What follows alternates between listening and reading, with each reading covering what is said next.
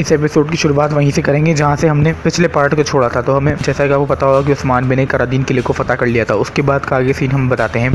तो चलिए अपनी वीडियो की शुरुआत करते हैं। तो करादीन किले को फतह करने के बाद कि उस्मान बे को हमें जिरगे में दिखाया जाता है, जहाँ पे सारे सरदारान और जितने भी लोगों ने करादीन किले को फतह करने में कोशिशें की थी, मुशक्क़तें की थी, वो सब मौजूद होते हैं वहाँ पर।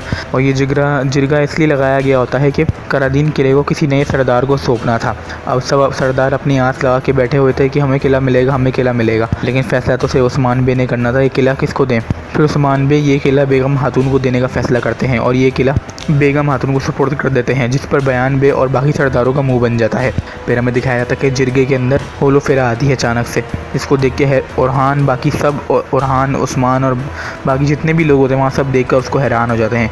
लेकिन उस्मान बे उससे कुछ पूछे बगैर कि वो किस लिए यहाँ आई, उसको वहाँ पर बिठा देते हैं खाना खाने के लिए। फिर उसके बाद हमें दिखाया जाता है कि बायसुंगो ज़ख्मी हालत में कबीले में दाखिल होता है, जिस पर आयकुत उसको रोकता है उसके घोड़े को और उसको घोड़े से उतारता है। फिर आयकुत आकर बुरहान बे को आकर ख़बर देता है कि बायसुंगो ज़ख्मी हालत में मिला है, जिस पर बुरहान जाकर उस्मान बे को बताता है। उस्मान बे बड़े परेशानी की हालत में वहाँ से उठते हैं और सबको लेकिन बैठने का हुक्म वही देते हैं और वहाँ से चले जाते हैं। फिर हमें दिखाया जाता है उस्मान बे को कि उस्मान बे बायसुंगुर के पास पहुँच चुके होते हैं। वो बायसुंगुर से पूछते हैं ये हालत तुम्हारी किसने की। बायसुंगुर जवाब देता है कि करासी बे के सिपाहियों ने। ये देख सुनकर उस्मान बे बहुत ज़्यादा शौक में आ जाते हैं।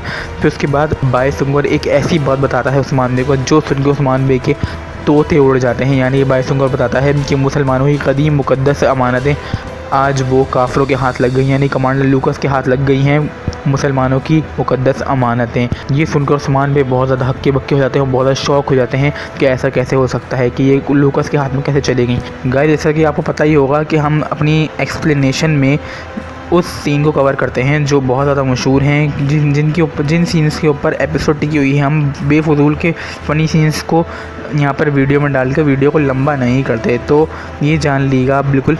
फिर अगले सीन में हमें दिखाया जाता है कि गोंचा के बच्चे की विलादत हो जाती है।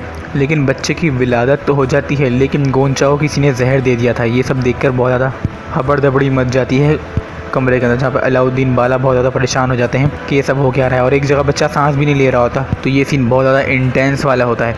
फिर हमें अगले सीन में दिखाया जाता है कि ओरहान और होलो फेरा के फिर से अरमान जाग जाते हैं शादी के लिए, क्योंकि अब ओरहान का भी रास्ता साफ़ हो गया, क्योंकि एलचम तो मर चुकी है। ओरहान का भी रास्ता बिल्कुल साफ़ हो चुका है होलो फेरा से शादी करने का। तो गाइस, आप लोग कमेंट में ज़रूर बताइएगा कि होलो फेरा और ओरहान की शादी हमें कब दिखाई जा सकती है, इस सीज़न में कौन सी एपिसोड के अंदर।